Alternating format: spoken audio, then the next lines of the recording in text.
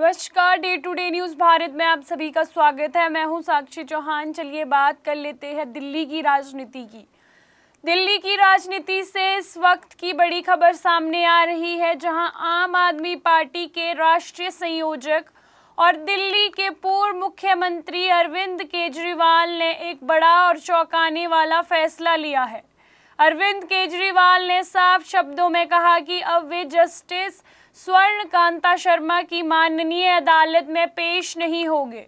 उन्होंने इस संबंध में जस्टिस स्वर्ण कांता शर्मा को एक पत्र भी लिखा है, जिसमें उन्होंने कहा कि उन्हें अब इस माननीय अदालत से न्याय मिलने की उम्मीद नहीं है। केजरीवाल का ये बयान ऐसे समय में आया जब दिल्ली माननीय हाई कोर्ट ने हाल ही में उनकी इस मांग को खारिज कर दिया था, जिसमें उन्होंने अपने मामले की सुनवाई किसी दूसरे जज से करने की अपील की थी। केजरीवाल ने माननीय अदालत में कहा था कि शराब घोटाला मामले से जुड़े केस की सुनवाई जस्टिस स्वर्ण कांता शर्मा कर रही है, इसीलिए ये मामला किसी दूसरी बेंच को ट्रांसफर नहीं किया जा रहा। लेकिन माननीय हाई कोर्ट ने उनकी इस मांग को स्वीकार नहीं किया। माननीय हाई कोर्ट ने राहत नहीं मिलने के बाद अब केजरीवाल ने सख्त रुख अपनाया है। उन्होंने अपने पत्र में लिखा कि उन्हें जस्टिस स्वर्ण कांता शर्मा से न्याय मिलने की उम्मीद नहीं है। इसी वजह से उन्हें महात्मा गांधी के सत्याग्रह के रास्ते में चलने का फैसला लिया है। इसी वजह से उन्होंने महात्मा गांधी के सत्याग्रह के रास्ते पर चलने का फैसला लिया है। उन्होंने कहा कि वे अपनी अंतरात्मा की आवाज पर ये निर्णय ले रहे हैं। जस्टिस स्वर्ण कांता के फैसले की अपील में माननीय सुप्रीम कोर्ट जाने का अधिकार रखूंगा। केजरीवाल ने ये भी साफ किया कि वे माननीय अदालत के किसी भी फैसले के खिलाफ माननीय सुप्रीम कोर्ट जाने का अधिकार अपने पास रखेंगे। यानी अब अगर निचली माननीय अदालत या माननीय हाई कोर्ट से कोई आदेश आता है तो वे आगे माननीय सुप्रीम कोर्ट में चुनौती दे सकते हैं। इस फैसले को लेकर अरविंद केजरीवाल ने सोशल मीडिया पे एक वीडियो जारी किया। वीडियो में उन्होंने कहा कि उन्हें एक झूठे केस में फंसाया गया, जेल भेजा गया और एक चुनी हुई सरकार को गिरा दिया गया। उन्होंने कहा कि कई महीनों तक उन्हें जेल में रखा गया, लेकिन आखिर में सच की जीत हुई है। माननीय अदालत ने उन्हें निर्दोष बताया है। केजरीवाल ने दावा किया कि माननीय अदालत ने सीबीआई की जांच पर भी सवाल उठाए हैं और जांच अधिकारी के खिलाफ कार्रवाई के आदेश भी दिए हैं। उन्होंने कहा कि जैसे ही ये फैसला आया, सीबीआई ने तुरंत माननीय हाई कोर्ट में चुनौती दे दी और मामला जस्टिस स्वर्ण कांता शर्मा की माननीय अदालत में पहुंचा। आइए आपको सुनाते हैं केजरीवाल ने इस विषय पर क्या कहा। नमस्कार। जिंदगी में कई बार ऐसे मौके आते हैं जब जीत या हार मायने नहीं रखते। उससे भी बड़ा हो जाता है सही और गलत का सवाल। क्या सही है और क्या गलत है। ऐसे समय में हमें ये तय करना होता है कि हम मुश्किल रास्ता चुनेंगे या आसान रास्ता। आज मैं भी एक ऐसे मोड़ पे खड़ा हूँ।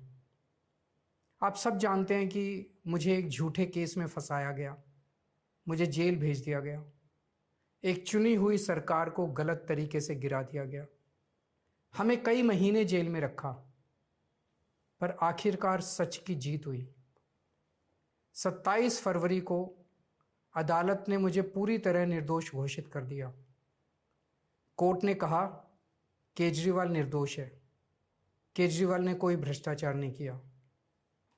कोर्ट ने सीबीआई की जांच पे ही सवाल खड़े कर दिए और जांच अधिकारी के खिलाफ एक्शन लेने के आदेश दे दिए।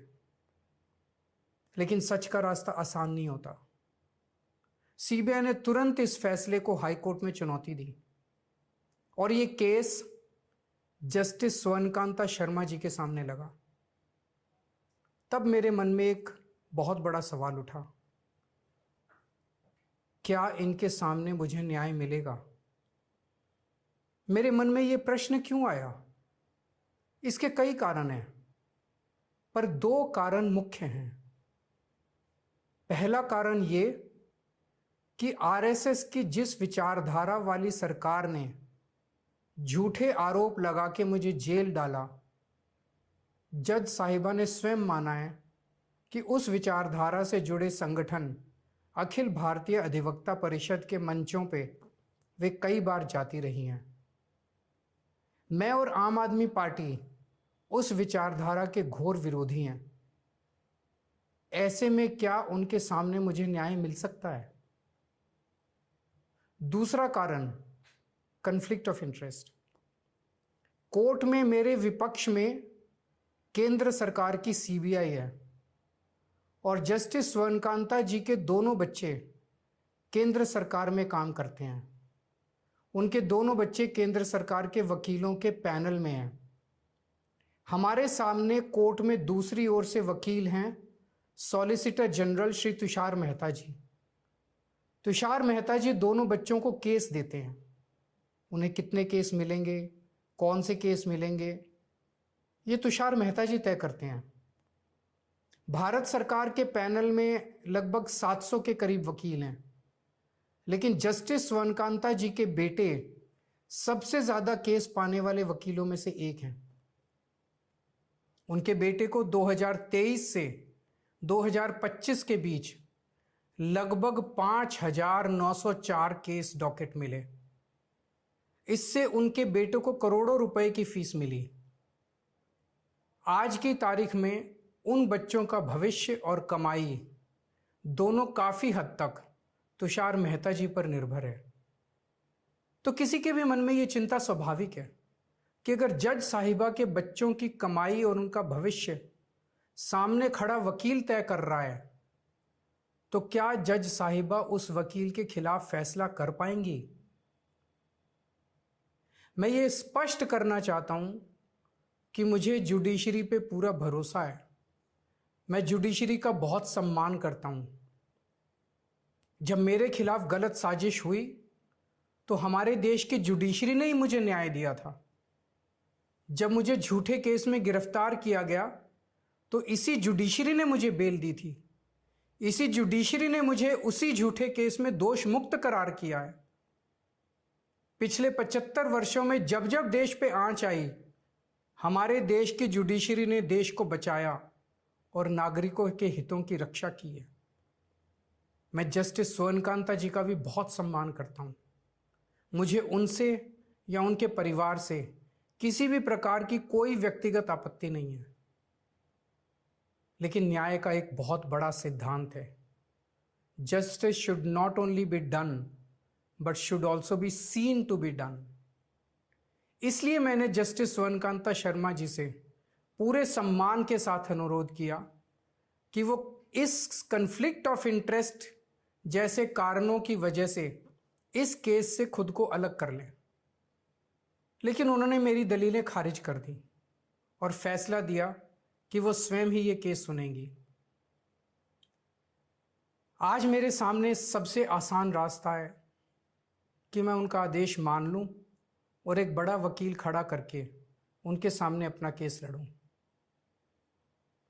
पर यह मुद्दा अब सिर्फ मेरे केस का नहीं है, बल्कि आम लोगों के न्याय प्रणाली पर भरोसे का है। ऐसी दुविधा के मौके पे बापू ने हमें सत्याग्रह का रास्ता दिखाया। बापू ने कहा था कि जब भी किसी अन्याय का सामना करो तो उसका पहला कदम विरोध नहीं बल्कि बातचीत होना चाहिए। अपनी बात अन्याय करने वाले के सामने पूरी विनम्रता के साथ रखनी चाहिए और उसे सुधारने का पूरा मौका देना चाहिए।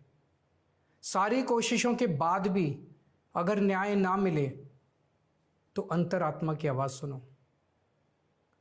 यदि अंतरात्मा की आवाज़ कहती है कि न्याय नहीं हुआ, तो शांति और विनम्रता के साथ सत्याग्रह करना चाहिए।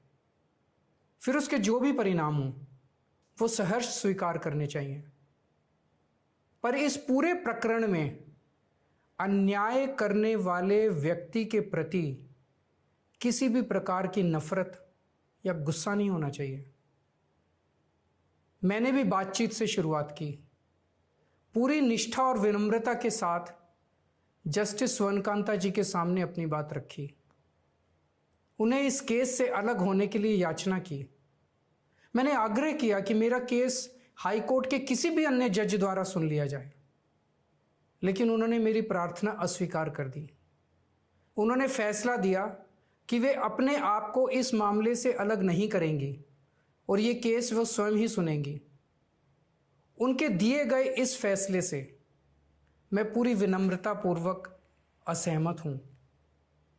इस पूरे घटनाक्रम के बाद मेरी आशंका और गहरी हो गई है कि क्या उनके सामने मुझे न्याय मिलेगा।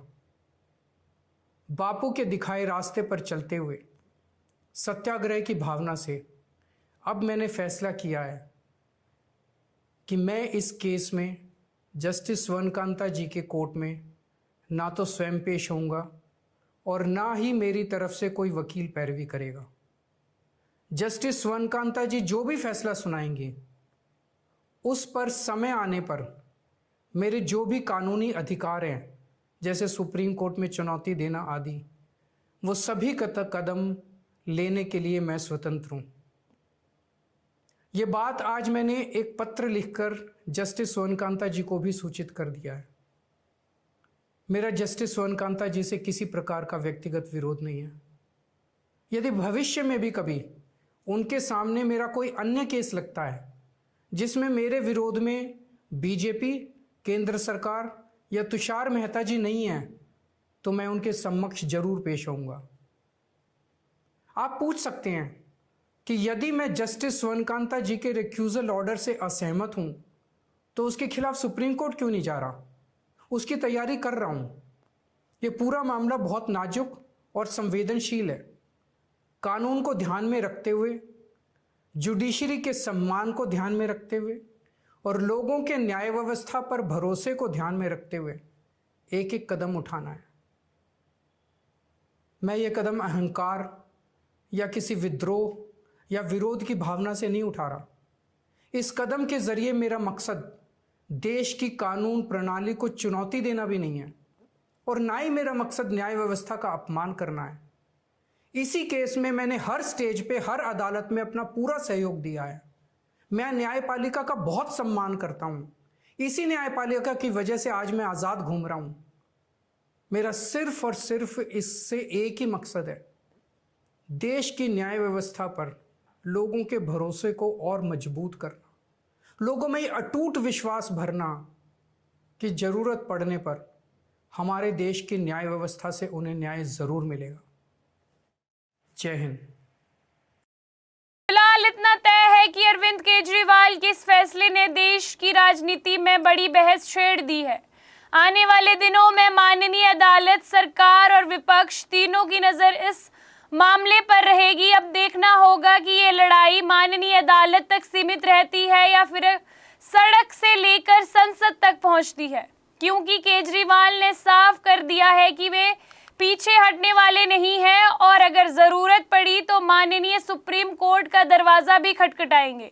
आपको बता दें कि day to day news Bharat निष्पक्ष तरीके से पत्रकारिता करता है। हमारा कोई भी रिपोर्टर फील्ड में किसी से कोई उपहार या विज्ञापन स्वीकार नहीं करता और ना ही किसी को ब्लैकमेल करता। हम हमेशा दबे कुचले लोगों की आवाज बनते आए हैं और आगे भी बनेंगे। साथ ही हम लोकतंत्र के चौथे स्तंभ को मजबूत करने की कोशिश करेंगे।